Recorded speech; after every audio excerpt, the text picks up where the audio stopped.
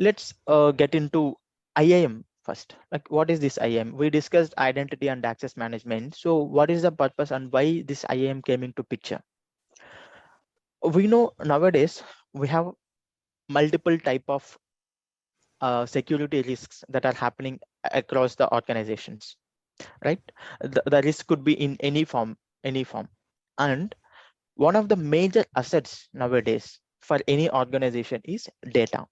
So it's a digital asset, and the complete business of any organization is running nowadays based on the data that the organization is holding.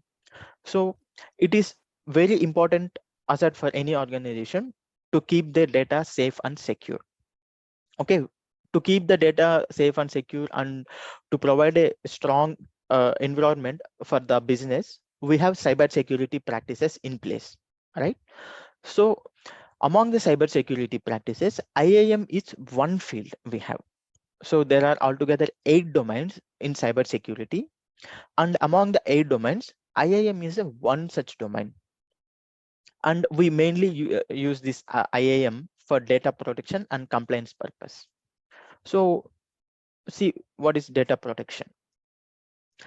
As we already discussed with the definition of IAM, that we are handling the user information, the employees who are working for the organization will handle their information. That may include some sensitive data like the first name and last name of the user, the date of birth of the user, the address, mobile number. Will hold all such personal information of the user.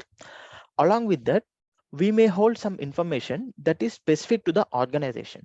Let's suppose the designation of that particular user in the organization, the location of that user in that particular organization, all this stuff. So we'll have both personal and company related information with us. So it is also one of the digital assets. So it is our responsibility to protect that information. So we'll protect the information through our IAM practices. The IAM domain that we are going to implement in the organization. So this is one purpose, and the other one is compliance. Compliance means like abiding to the safety and secure guidelines that is imposed by both the government and the organizations.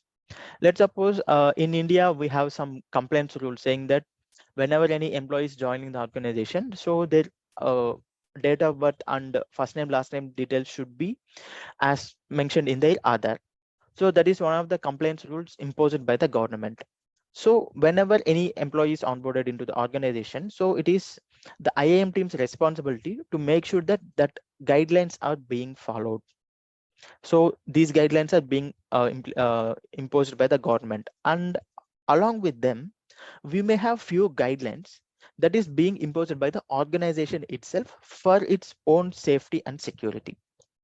The organization may come up with their own rules to be followed whenever we are onboarding any user. So we'll follow those guidelines and will protect our data by following this one of the cybersecurity practices called IAM. This is identity and access management.